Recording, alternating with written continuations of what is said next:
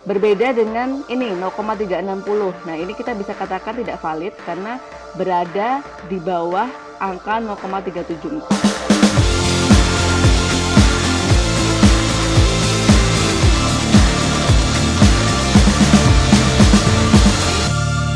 Video ini dipersembahkan oleh youneliti.com, menyediakan jasa untuk kebutuhan penelitian Anda. Halo semuanya, kali ini bersama saya Adin Kurnia Putri dari Yuk Neliti, mulai meneliti dari hati. Oke, kali ini kita akan bahas mengenai uji validitas. Jadi uji validitas ini untuk ketepatan ya, mengukur ketepatan item pertanyaan. Jadi kita bisa menilai per item pertanyaan itu di dalam sebuah kuesioner itu apakah sudah tepat untuk mengukur dari tujuan riset kita gitu. Jadi itu nanti kita bisa menghapus 1-2 pertanyaan jadi ketika memang validitas itu kurang, sehingga kita perlu untuk menghapus item pertanyaan tersebut seperti itu. Nah, kemudian uji validitas ini bisa dikatakan sebagai sebuah alat untuk melihat seberapa ketepatan dari item pertanyaan kita, sehingga bisa dibilang ini seperti sebuah, misalkan kita mengukur berat badan ya, tentu dengan timbangan seperti itu, atau kita misalkan melihat bagaimana sebenarnya kita bisa menurunkan konsep di riset kita itu untuk ke dalam sebuah item pertanyaan seperti itu. Oke, kali ini saya akan mempraktekkan bagaimana untuk pengolahan datanya.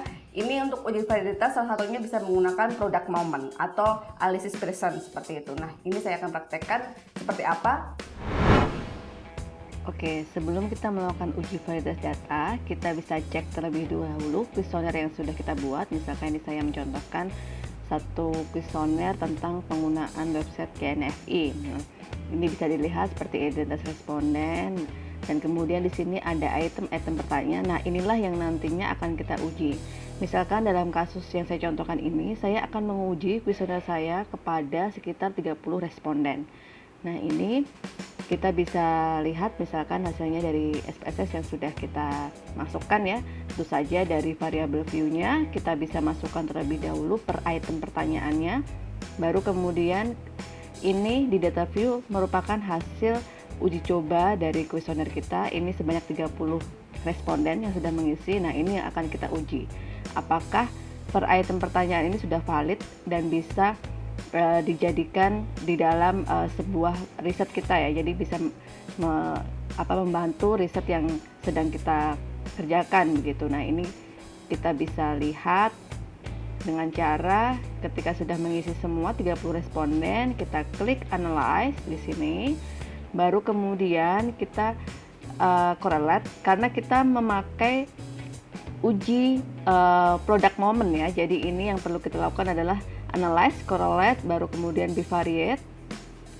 Diklik. Nah, di sini kalau usia responden dan segala macam ini tentu tidak perlu ya untuk kita uji karena ini adalah dasar istilahnya sekedar awalan untuk data sebuah responden begitu ya. Jadi ini yang perlu kita uji adalah beberapa, misalkan di sini saya menguji beberapa item pertanyaan yang sudah saya buat. Di sini tinggal misalkan di sini tentang perilaku, saya masukkan di dalam sini variabel, kita klik, baru kemudian kita bisa lihat di sini ada pilihannya apakah Pearson, Kendall-Shaw atau Spearman. Nah, karena kita menggunakan product moment, kita bisa klik Pearson di sini, tinggal diklik, terus kita bisa klik juga flag significant correlation. Nah, kita oke.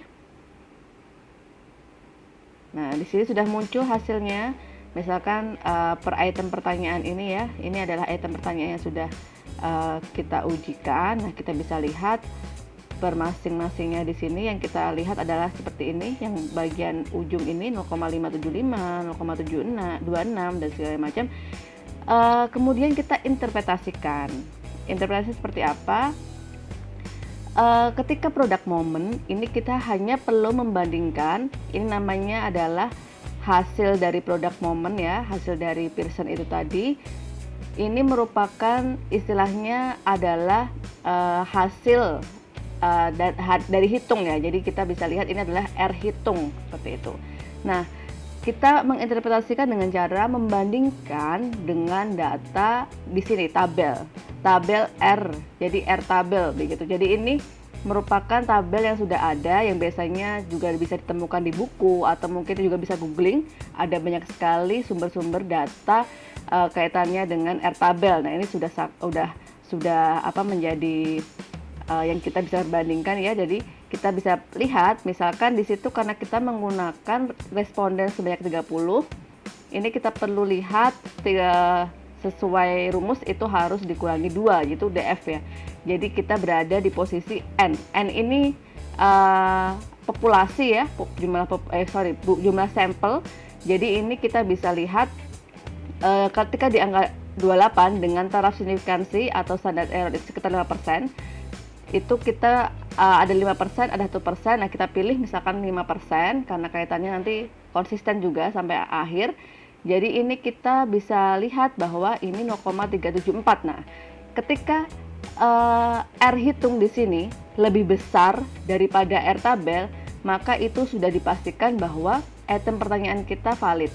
Seperti itu. Nah, kita bisa perbandingkan di sini misalkan item pertanyaan pertama itu dengan 0,575 di sini ya, 0,575 ini kita perbandingkan dengan 0,374. Tentu saja lebih besar. Nah, itu berarti valid.